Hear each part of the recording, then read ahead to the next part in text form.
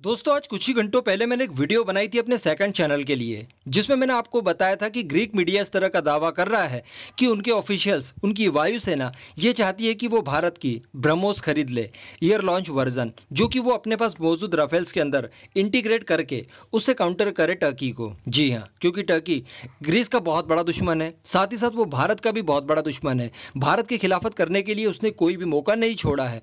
तो यहाँ पर हमारे पास दो फायदे हैं। अगर भारत किसी तरह से ग्रीस को ब्रह्मोस को एक्सपोर्ट कर देता है तो हमें पैसा मिलेगा, ऑब्वियसली इसकी सेल और बढ़ेगी क्योंकि दूसरे देश भी इन्फ्लुएंस होंगे इससे और वो लोग भी खरीदने में इंटरेस्ट दिखाएंगे। साथ ही साथ हम ग्रीस को जितना मजबूत कर देंगे उतना हमें फायदा है, क्योंकि वो टर्की के खिलाफ काफी अग्रेसिव मूड में है।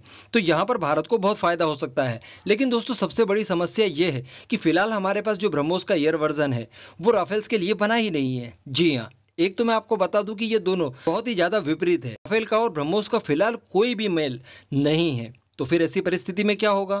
आप सोचिए कि अगर ये पॉसिबल होता कि राफेल्स के द्वारा ब्रह्मोस को इस्तेमाल किया जा सकता था, तो क्यों ना हम हमारे ही राफेल्स के अंदर इन्हें अभी तक इंटीग्रेट कर दिए होते, बराबर। लेकिन दोस्तों कुछ तो करना पड़ेगा, क्योंकि हमारी तरकश के सबसे ताकतवर तीरों में से एक तीर है ब्रह्मोस मिसाइल। न केवल राफेल्स के लिए बल्कि एलसीए तेजस मार्क 1, मार्क 2 और भी कई सारे फाइटर जेट्स हमारे पास आने वाले हैं। तो उनके लिए भी हमें ऑब्वियसली ब्रह्मोस का इस्तेमाल तो करना ही होगा। अब आप सोच रहे होंगे कि भला ब्रह्मोस का इस्तेमाल हम लोग राफेल्स के साथ क्यों नहीं कर सकते? तो दोस्तों इसके पीछे कई विशेषज्ञों का यह मानना है कि चूंकि ब्रह्मोस का जो फिलहाल हमारे पास वर्जन है वो बहुत ज्यादा भारी है, 2.8 टन उसका वेट है। ऐसी परिस्थिति में हम इस तरह के फाइटर जेट से उसका इस्तेमाल नहीं कर सकते। तो दोस्तों इसके लिए क्या सॉल्यूशन निकाला जाए?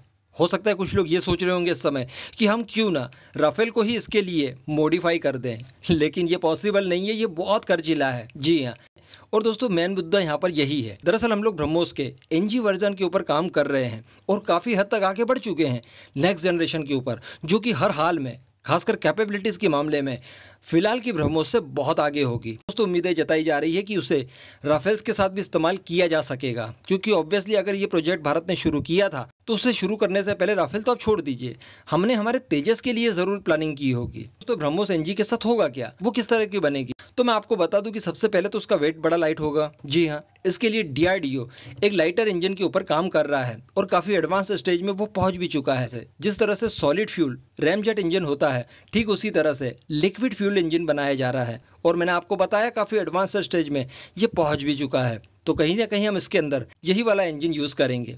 इसी के साथ साथ दोस्तों जो ब्रह्मोस एनजी की स्पीड रहेगी वो फिलहाल ब्रह्मोस की स्पीड से बहुत ज़्यादा होगी। फिलहाल क्या है, 2.3 मैक या फिर 2.8 मैक आप कह दीजिए, लेकिन जो ब्रह्मोस एनजी रहेगी उसकी स्पीड रहेगी 3.5 मैक, जो कि बहुत ज़्यादा है। ऑब्वियसली ये किसी भी दुश्मन के लिए काल बनकर टूट पाएगी, समझ गए सर। और इसी के साथ साथ दोस्तों मैं आपको बता दूं कि इस प्रोजेक्ट पर भारत काफ़ी समय से काम कर रहा है। वैसे जो इसका लास्ट अपडेट आया था उसके तहत ये बताया जा रहा था कि ये 2023-2024 में काफ़ी हद तक बन चुकी होगी और शायद 2025 में ये ऑपरेशनल भी हो पाए। अगर दोस्तों ये पॉसिबल हुआ 2025 तक अगर हमने इसे ऑपरेशनल कर दिया तो ये भारत की ताकत बहुत बढ़ा देगी। भारत के राफेल या फिर मैंने आपको बताया कि हमारे तेजस फाइटर जेट या फिर नेवी के लिए जो ट्विन इंजन बन रहे हैं डेक बेस वाले, उनके लिए भी ये बहुत फायदेमंद साबित होगी। और सबसे बड़ी बात एक्सपोर्ट के लिए, क्योंकि न केवल ग्रीस बल्कि इसी तरह की डिमांड ब्राजील भी भारत से कर चुका है। उससे सबमरीन लॉन्च तो चाहिए ही चाहिए, एयर लॉन्च भी चाहिए, तो हमें बहुत फायदा होने वाला है। और ये दोनों देश अगर खरीद लेंगे तो कहीं ना कहीं इसकी वैल्यू बहुत बढ़ जाएगी, क्योंकि आप सब जानते होंगे कि ग्रीस नेटो का सदस्य है। अगर वो अमेरिका के हथियारों को छोड़कर भारत का खरीदेगा तो ये अपने आप में बहुत बड़ी बात हो गई। रही बात ब्राजील की, तो वो खुद भी हथियारों का एक्सपोर्टर है। जी हाँ, एक बार उसने एयर वर्जन वाली ही मिसाइल पाकिस्तान को एक्सपोर्ट की थी, उसका नाम इस समय मैं भूल रहा हूँ, 2009 की बात है। तब भारत ने बहुत रोका भी था उसे, बहुत मनाया था कि आप मत बेचिए,